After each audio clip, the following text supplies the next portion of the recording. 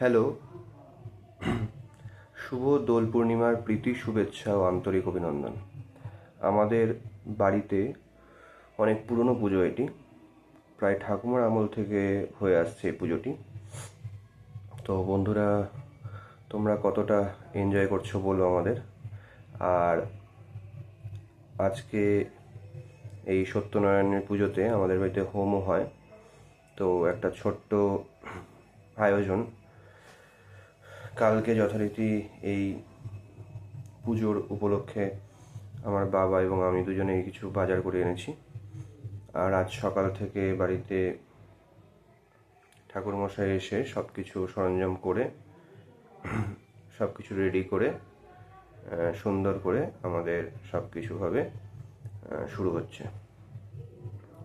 আচ্ছা, এই দোল উপলক্ষে বলে রাখি, মানে ছোটোবেলায় আমাদের পাড়ায় যে দোল, সেটি অন্যরকমই হতো।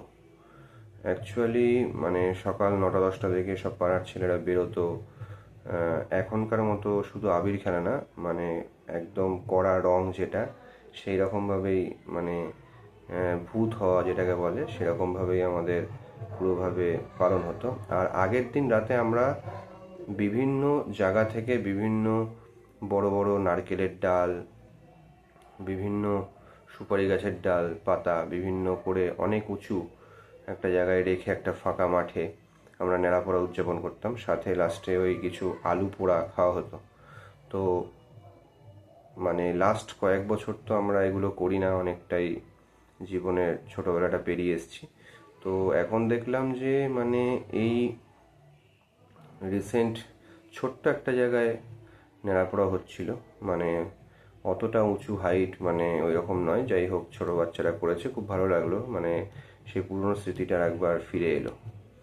তো ঠিক আছে বন্ধুরা, আপনারা খুব সুন্দরভাবে প্রিকশন নিয়ে, যাতে স্কিনের বা চোখের কোনো ক্ষতি না হয় সেভাবে রং খেলুন, আনন্দ করুন। কোনো উন্মাদনাতে যেন কোনো বিপদ না আসে সেটা দেখবেন। Be safe. Happy Holi to all 2026। Thank you.